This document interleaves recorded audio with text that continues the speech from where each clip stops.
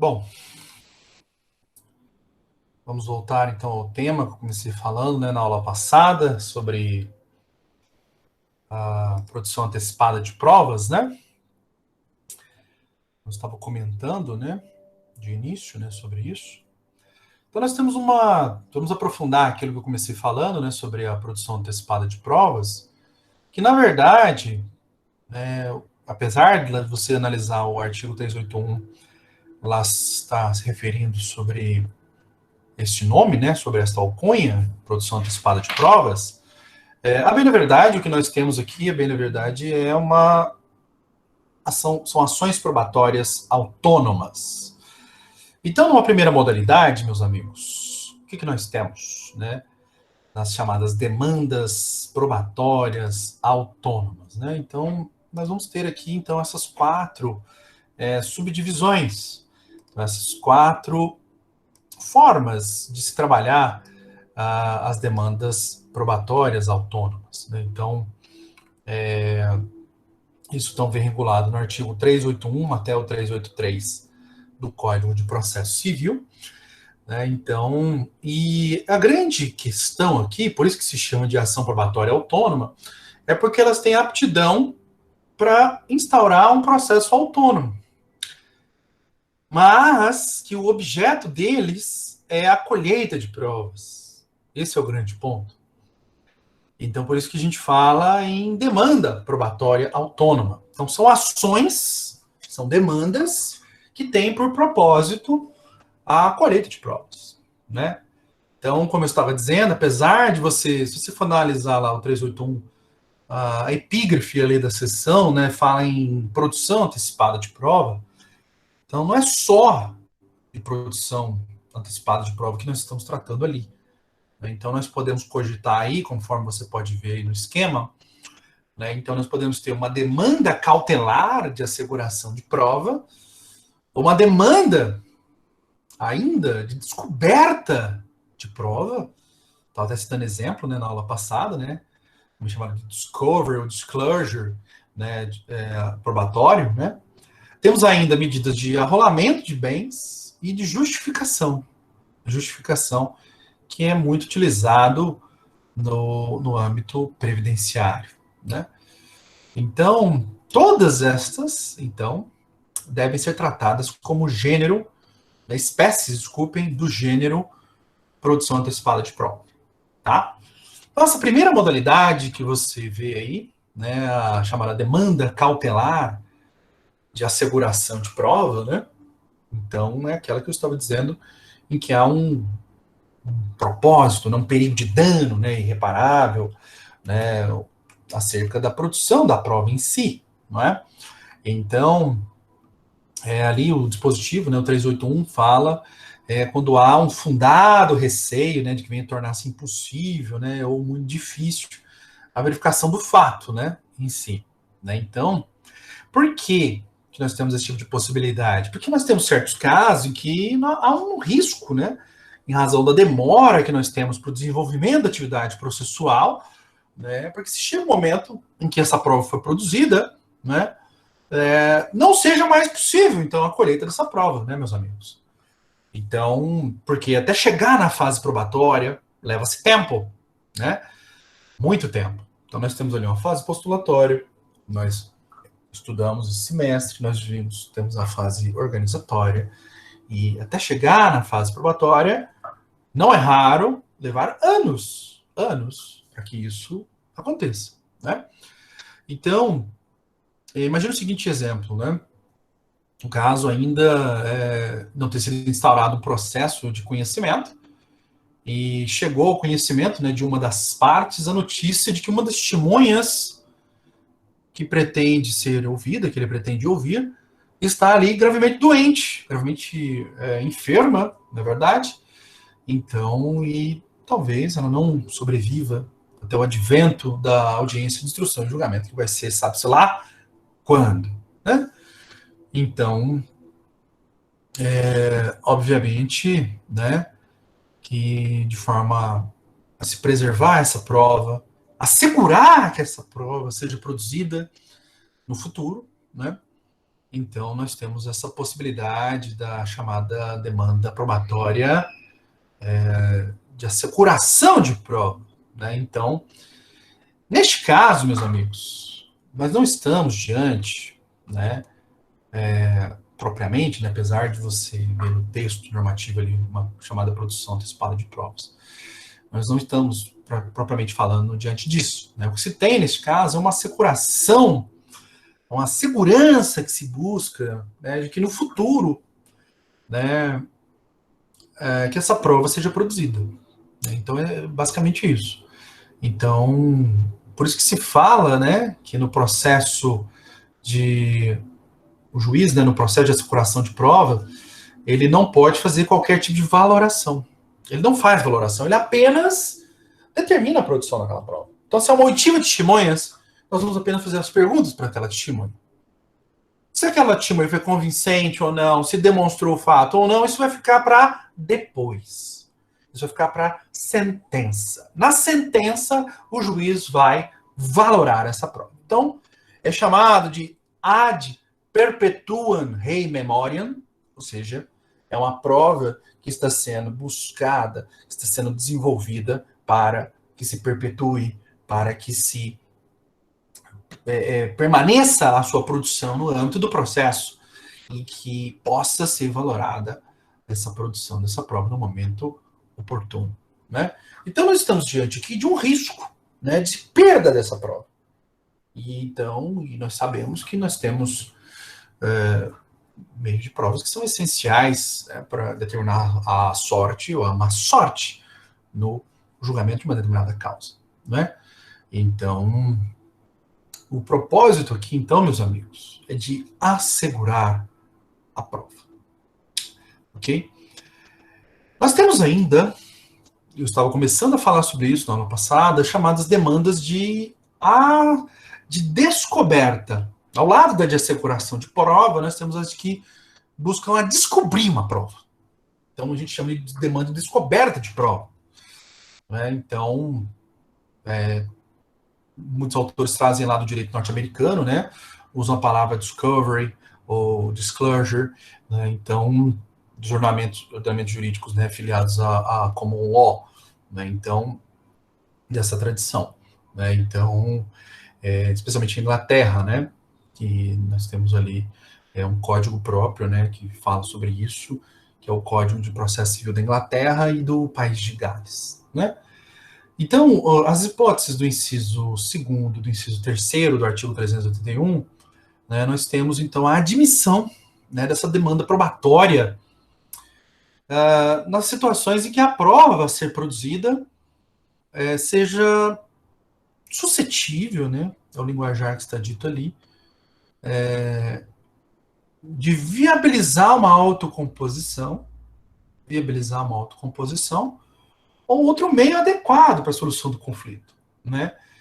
Então, é que isso vai se valer disso quando for necessária a busca, né, de um prévio conhecimento dos fatos, ainda para justificar ou para evitar uma demanda, né? Então, porque nós temos algumas situações, alguns casos, em que a parte precisa ter acesso a uma prova. Precisa ter acesso a uma prova, que não está com ela, né, obviamente, né, mas está com outra parte, ou está com um terceiro. Então, ele precisa ter acesso a essa prova para viabilizar uma solução consensual do litígio. Isso está dito ali no 381, inciso 2º.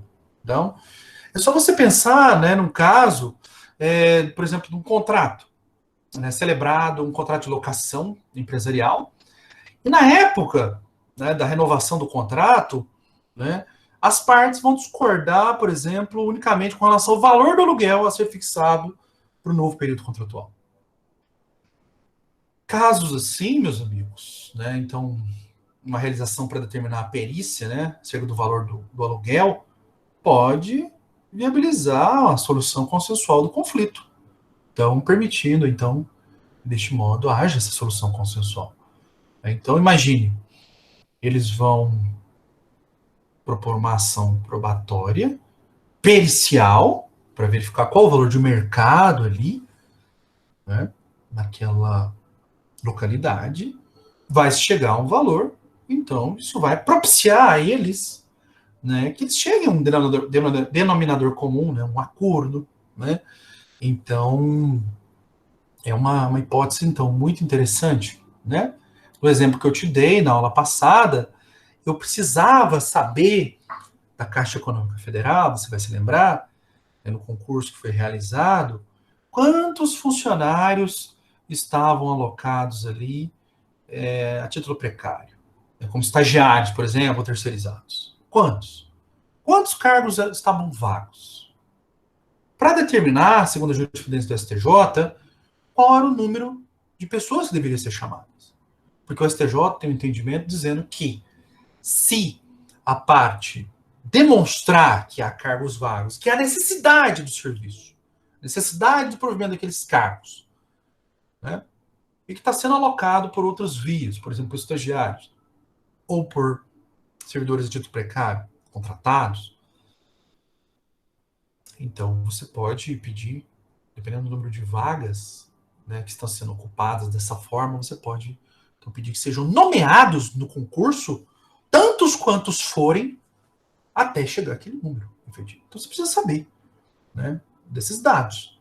E no concurso lá que eu disse para vocês, não havia essa informação, não tinha essa informação. Ainda, eu também não tinha informação de quantos tinham sido chamados. Não tinha sido divulgado. Então eu precisava ter essa informação para saber que tipo de ação que eu ia propor, né? Até para chegar lá para a Caixa e fazer um acordo com eles. Negociar um acordo. Porque se você não tem determinado tipo de documento, meu amigo, você está no escuro. Você está no escuro. Esse é o grande problema, né? E se você está no escuro, né, obviamente que vai te dificultar você a fazer um acordo, né? Então, esse é o grande ponto de amarração que você precisa mentalizar. Então, é possível então, que você desenvolva uma atividade probatória autônoma para visibilizar acordos. Tá? Ou ainda, para saber que tipo de ação que você vai ajuizar, meus amigos. Esse é o ponto também número 2, né, que nós temos aqui que analisar. Então, é um outro caso, né, então, a se pensar, né? Porque nós temos, então, casos, né, em que o prévio conhecimento do fato pode te justificar ou pode evitar, né, a instauração de um outro processo, né? Então, só você pensar, meu amigo, no caso de alguém que vai em juízo, demandando em face, por exemplo, de um médico com quem ele se tratou anteriormente, para buscar, então, uma realização de uma perícia que indique se houve ou não uma imperícia profissional, né? O resultado dessa prova, então, vai poder justificar ou evitar o ajuizamento de uma demanda de reparação de danos em face daquele médico. Então, para evitar uma lei de temerária, um processo temerário. Então, imagine, olha, às vezes está numa zona cinzenta, eu não sei se aquilo foi erro médico, se foi uma imperícia, o que foi. Me parece que foi algo equivocado, né? Se for uma intervenção cirúrgica não plástica, porque cirurgia plástica é uma obrigação de resultado, tanto é que ele sofre muitos processos. Agora, foi uma intervenção cirúrgica que não foi de natureza cirúrgica plástica, né? Cirurgia plástica. Então, a obrigação de meio, de utilizar todos os meios previstos para a busca da cura daquela pessoa, né? Então, imagina, olha, eu estou na dúvida se o que ocorreu, se aquilo foi um erro médico ou não, né? Se houve uma imperícia do profissional ou não. Então, vamos realizar, então, uma perícia, né? E vamos averiguar, então, o resultado daquilo para saber se é viável uma ação judicial, se não é, para aquele caso, né? Um outro caso, outra hipótese que você pode pensar também, né? Verificando alguém que há, por exemplo, no seu apartamento, um vazamento de água, né? E ele tem dúvida acerca da origem do vazamento. Imagina, é um cano que pertence a uma área comum do edifício ou é um cano que pertence a um vizinho, né, do apartamento de cima, né? Porque em casos assim, né, a realização da perícia, ela vai ser capaz, então, de indicar, né, com precisão, a origem do vazamento e impedir que você ajuize uma demanda contra uma parte legítima, né, com quem não tem responsabilidade pelo aquele vazamento. Então, a responsabilidade, por exemplo, é do vizinho, a responsabilidade é do condomínio, ou foi falha na construção, então logo a responsabilidade é da construtora, não é? Então, meus amigos, olha que interessante as aplicações práticas, né? Então, vai te dar um suporte, né? Essas demandas, olha o nome, demanda de descoberta. De descoberta. Então, elas apresentam então, essa função importante no sistema para evitar também a instauração de processos que fugiriam o bom senso. Processos que a gente chama de demanda frívola, né? Que poderia ser evitada. Então, é bem interessante essas possibilidades, né, meus amigos? Ok? Então, e ainda, né? Nós temos ainda a chamada possibilidade do chamado arrolamento de bens. Arrolamento de bens. Bom, quando se fala em arrolamento de bens, meus amigos, isso pode se dar de duas formas. Né? Primeiro, pode haver interesse apenas de listar bens que não são conhecidos. Né? Isso é muito comum, chamado arrolamento de bens, precisa descrever bens, né, em casais que pretendem se separar. Né? E um dos cônjuges, também não é raro, não tem conhecimento de todo o patrimônio, toda a integralidade do patrimônio. Né? Por exemplo, já vi alguns casos aqui em Uberaba de fazendeiros, em que o fazendeiro, o marido, né, o homem, toma conta da fazenda, a mulher só tem suspeita que lá tem gado, que ele mexe com isso, ela só sabe isso. Agora, quanto de gado tem lá? Tem vaca aqui em Uberaba que vale milhões, meu amigo. Outro dia eu vi um leilão desse, meia vaca. O cara pagou 2 milhões. Eu falei, meu Deus, meia vaca. Né? Ou tantos por cento de uma vaca. Né? Eu falei, muito loucura. É muito doido isso. Mas, enfim, é um comércio forte, potente, né? Uberaba me parece que é bastante pioneiro nisso, né? Imagine lá um dos cônjuges, né, não sabe de quanto de gado que tem lá na fazenda, né? Não é uma hipótese difícil de você pensar, meu amigo. Eu lembro quando eu estava fazendo estágio, eu lembro de um fazendeiro que estava divorciando da esposa, e quando se divorcia, você partilha direitos, deveres, patrimônio, tudo, débitos, né, tudo.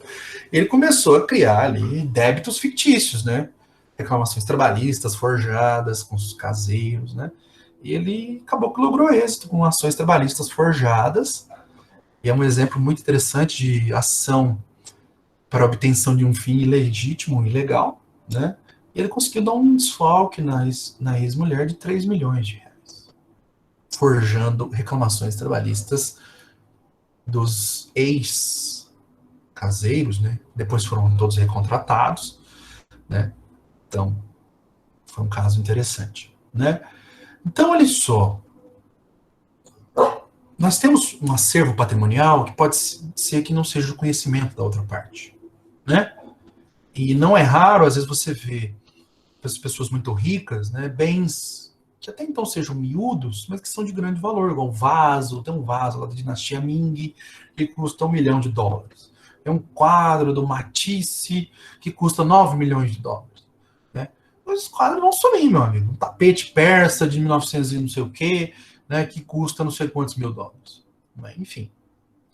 Então, imagine, então, caso então, que o casal queira se separar, né, e não tenha conhecimento da integralidade do patrimônio. Então, nesse caso, eles podem postular, o casal interessado, né, obviamente, vai poder postular uma medida judicial chamada de arrolamento de bens. Apenas para apresentar depois esse rol, e chegar lá o oficial, ele vai descrever mesmo, olha, uma vaca sim, uma vaca assado, né? Vaca assada é boa, né? Enfim, e vai descrever justamente isso, uma descrição, e depois vai ser apresentado para o momento da partilha, né? Então, esse propósito que eu estou te dizendo é apenas para apresentar o rol, né, num processo de divórcio, né?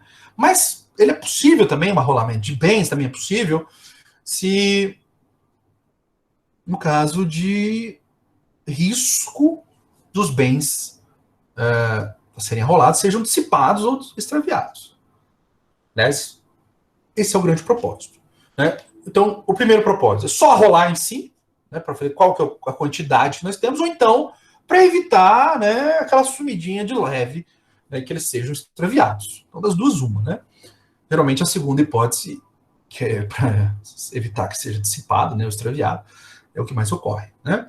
Então, a medida de arrolamento de bens, então, neste último caso, ela não se limita, então, à elaboração só de uma lista, de um rol de bens, mas também pode acarretar, pode ter esse pedido de apreensão e ficar com um depositário, alguém como depositário daquele bem.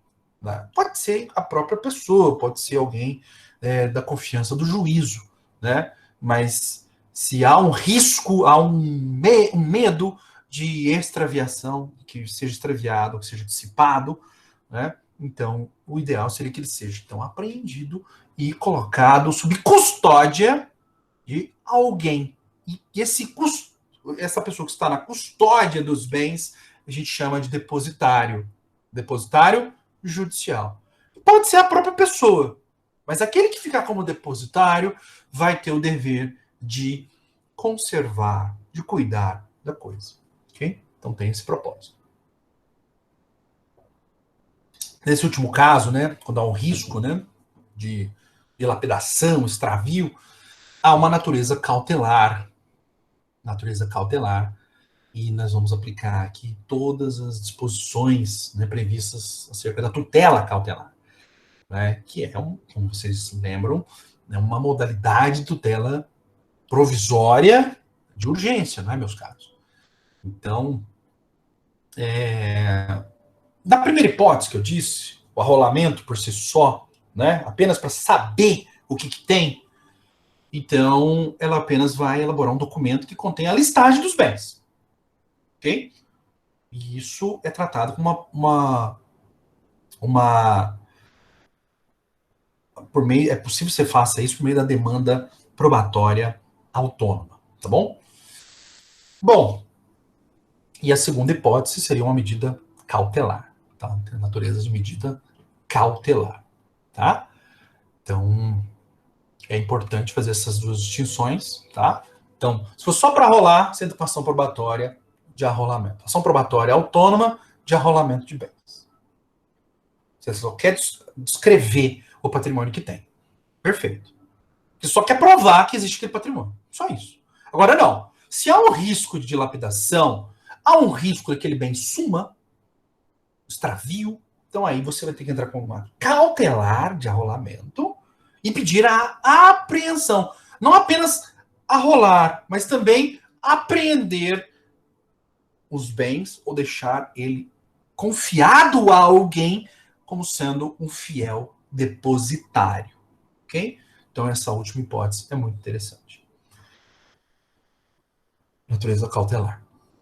Por fim, então, nós temos a justificação. Né? Eu coloquei para vocês a justificação, a demanda probatória, né? Então, em que vai ser instaurado um processo chamado de jurisdição voluntária e vai seguir ali o 381, até o 381, parágrafo 5º, né?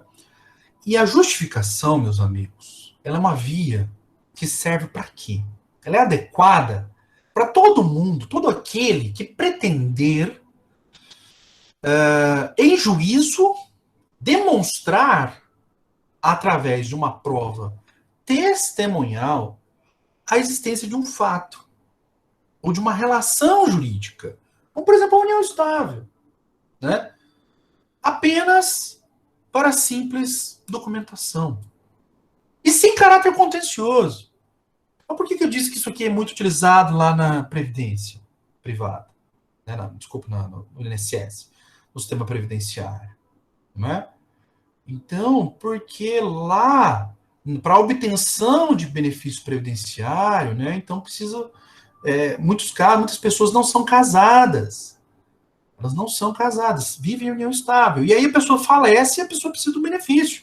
O companheiro ou a companheira precisa do benefício previdenciário. Então se produz essa medida chamada de justificação, não é? Justificação do fato, então, e os autos são levados à entidade previdenciária para que ela reconheça administrativamente o direito do interessado. O direito do interessado.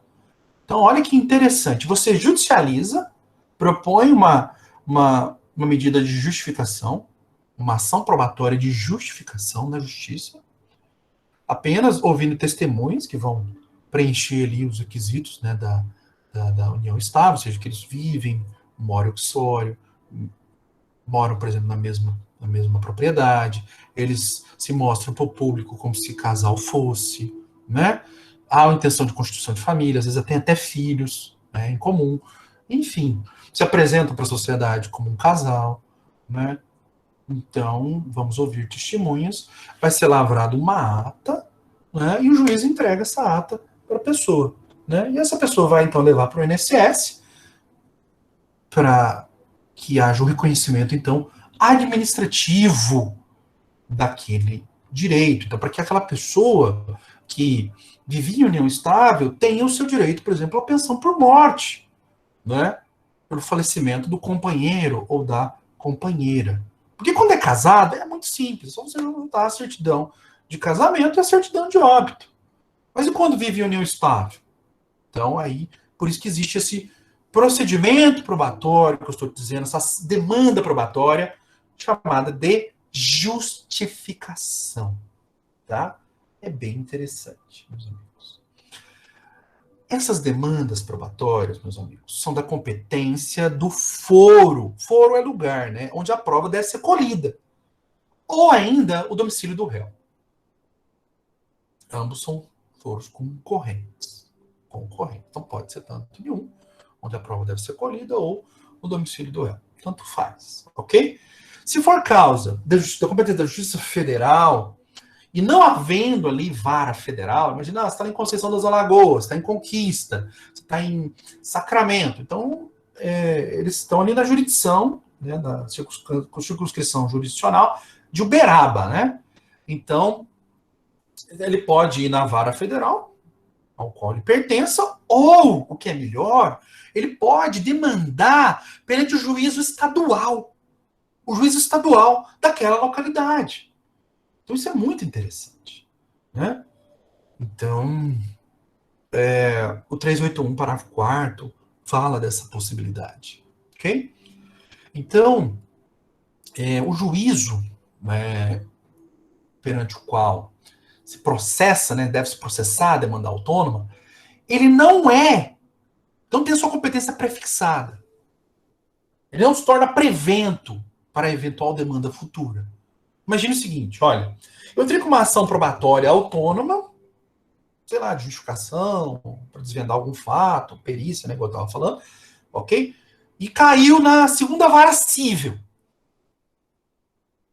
Depois eu resolvo propor uma ação judicial, quero me aproveitar daquela prova. Não quer dizer que, por fato de ter tramitado a ação probatória na segunda vara, não quer dizer que a ação vai cair na segunda vara. Aquele juiz ele não se torna prevento para demandas futuras. Tá? Então, esse é um ponto bastante interessante, está lá no 381, parágrafo 3º. Tá? Então pode ser que a demanda probatória caiu para a segunda vara e a ação originária que eu propus foi para a quinta vara. Então você vai ter que redistribuir de novo a ação. Tá? E pode ser que caia em outra vara. Ok?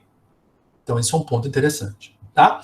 O peticionamento de uma ação probatória. Como que é feito o peticionamento? É simples, é bastante simples. Você vai apresentar as razões que justificam a necessidade daquela colheita, daquela prova, de forma imediata, e vai mencionar ali os fatos sobre o qual aquela prova deve recair. Né? Então, para demonstrar uma união estável. Então, você vai falar, olha, houve o falecimento, né, de um companheiro, de uma companheira, e eles viviam em união estável, então é preciso, né, que se demonstre a existência dessa união estável. Então, assim sendo, é imprescindível a ação probatória de justificação. Então, assim sendo, requer a determinação, a marcação de uma audiência de instrução e julgamento para oitiva de testemunhas para justamente fazer prova deste fato. A existência da união estável. Ok? Então, e se for postulada, né, às vezes em caráter contencioso, o juiz, então, ele vai determinar a citação dos interessados, né, na colheita da prova, né, no fato a ser provado, e os citados interessados, né, então eles vão poder requerer a colheita, né, também no mesmo processo de qualquer outra prova também, desde que tenha uma relação, né, com aquele fato, tá? Então, é um ponto interessante, né? E o único impedimento que nós teríamos é se for gerar, às vezes, uma demora excessiva, né? Às vezes, na produção da prova com relação a isso, tá? Agora, mas o procedimento, né, das demandas probatórias autônomas, ela não cabe defesa. Não cabe defesa, tá? Não cabe recurso também. Não cabe recurso ou não cabe defesa, tá? Então, o que nós temos nesses procedimentos é a produção de provas. Não pode ser que a prova seja produzida pelo requerente, mas também o requerido, ao ser citado, também queira produzir provas. Perfeitamente possível. É inerente ao contraditório, é inerente à ampla defesa. Tá? Então, o procedimento, então, nas demandas probatórias autônomas não admite defesa ou recurso. Isso está lá no 382, parágrafo 4º. Tá? Então, por que todo debate? Por quê? Porque todo debate que vai acontecer, né, ele vai se dar no processo em que a prova depois vai ser utilizada, né? Então, a única hipótese, né, que caberia recurso, né, nós vamos ver isso no semestre que vem, seria aquela decisão que indefere, né, completamente, né, a produção dessas provas, né? Aí, então, ele vai fazer isso por sentença e vai caber uma apelação, né, da sentença, cabe apelação. Por quê? Nesse caso, se ele indeferir totalmente a produção de provas, meus amigos, vai ser uma sentença de extinção do processo sem resolução do mérito, então é sentença, da sentença cabe apelação. O que é mais curioso nessas ações probatórias autônomas, meus amigos, é que, colhida a prova, produzida a prova, a decisão do juiz é meramente formal. E vai apenas limitar, declarar que aquela prova foi produzida. Só isso. Ele não vai fazer qualquer tipo de valoração. Não vai falar nada sobre o seu conteúdo no pronunciamento dele. Então ele vai prolatar uma sentença estritamente formal, falando olha, foi produzida uma prova assim, assim, assado, né, e tal. E os autos deste processo, dessa ação probatória, vão ficar lá à disposição da parte interessada, no cartório, na secretaria da vara, né? Para que todos aqueles que têm interesse, né, possam tirar cópias, certidões, né? E vai ficar lá por um mês na vara, na secretaria da vara, né? No cartório, né? Como queiram. Vai ficar lá por um mês, e depois que se tirem as cópias, e depois que passar esse um mês, os autos vão ser entregues ao demandante. Então, aquele que propôs a ação probatória autônoma. Então, ele vai ser entregue para ele, porque ele faz o que ele quiser. Não vai ir lá para o INSS, lá, então, e pedir o benefício previdenciário, né? Ou então, não, para ele verificar se vai proferir uma ação contra o condomínio, contra o vizinho, enfim, vai ficar à disposição dele, para ele retirar aquela prova, né? Ou então, não, ele ouviu uma testemunha que está com risco de morte. Ele vai pegar aquela prova, guardar, na hora que ele propuser a ação, né, ele junta ali como prova documental, quando ele for propor a ação, sei lá. Então, enfim, vai ficar ao dispor do demandante.